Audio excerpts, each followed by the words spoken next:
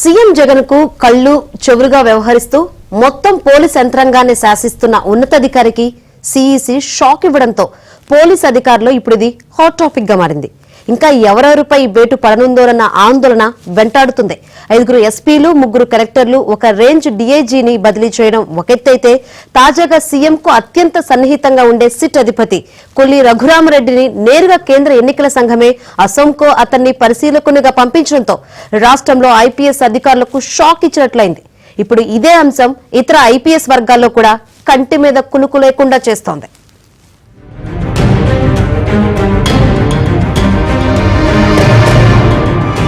రాష్ట్రంలో అధికార పార్టీకి వంత పాడుతూ వారు చెప్పిందల్లా చేయడమే కాకుండా ప్రతిపక్షంపై కక్ష సాధింపు చర్యలకు పాల్పడుతున్న కొంతమంది అధికారులపై టీడీపీ, బీజేపీ కేంద్ర ఎన్నికల కమిషన్ కు ఫిర్యాదు చేశాయి.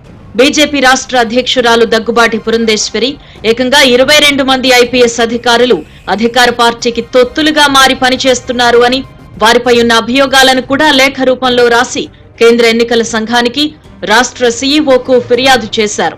ఈ జాబితాలోని 6 ఐపీఎస్ అధికారులను ఇప్పటికే బదిలీ చేయగా మరికొందరిపై కూడా వేటు పడనుంది.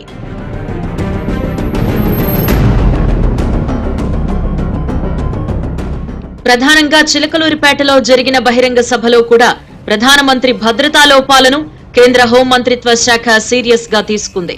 దీనిపై ప్రతిపక్షాలు ఎన్నికల కమిషన్ కు, హోంమంత్రిత్వ శాఖకు ఫిర్యాదు కూడా చేశాయి.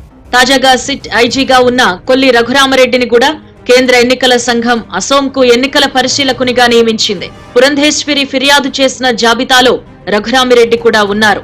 ప్రస్తుతం విజిలెన్స్ ఎన్ఫోర్స్మెంట్ డీజీగా ఉన్న కొల్లి రఘురామరెడ్డిని బదిలీ చేయకుండా అసోంకు పోలీస్ పరిశీలకునిగా నియమించడం ఇప్పుడు చర్చనీయాంశంగా మారింది. ఒకసారి అక్కడకు వెళ్లి బాధ్యతలు తీసుకుంటే మళ్లీ ఎన్నికలు పూర్తయ్యే వరకు వెనక్కొచ్చే అవకాశం లేదు. గువాహటి కేంద్రంగా ఆయన పని చేయాల్సి ఉంటుందని అధికార వర్గాలు చెబుతున్నాయి. ఈ మేరకు కేంద్ర ఎన్నికల కమిషన్ ఉత్తర్వులు జారీ చేసింది.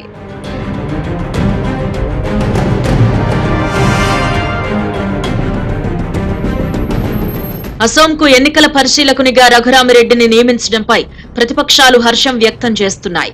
ఒకవేళ రఘురామిరెడ్డిని కేంద్ర ఎన్నికల కమిషన్ బదిలీ చేసినా ఆయన రాష్ట్రంలోనే ఉండేవారు. అధికార పార్టీకి సన్నిహితుడు కావడంతో ఆయన ప్రభావం ఉంటుందని ప్రతిపక్షాలు చెబుతున్నాయి. ఆయన ఏకంగా ఎన్నికల విధుల కోసం గువాహటికి పంపడంతో ఆయన ఇప్పట్లో రాష్ట్రానికి వచ్చే అవకాశం లేదని చెబుతున్నారు.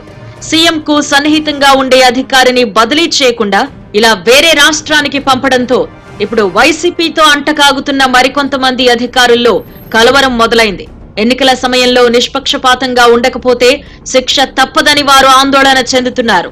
మొన్న ఐఏఎస్, ఐపీఎస్ అధికారుల బదిలీ, తాజాగా రఘురామిరెడ్డిని ఎన్నికల పరిశీలకుడిగా వేరే రాష్ట్రానికి పంపడం ఇప్పుడు అధికారుల్లో ఆందోళనను రెట్టింపు చేసింది.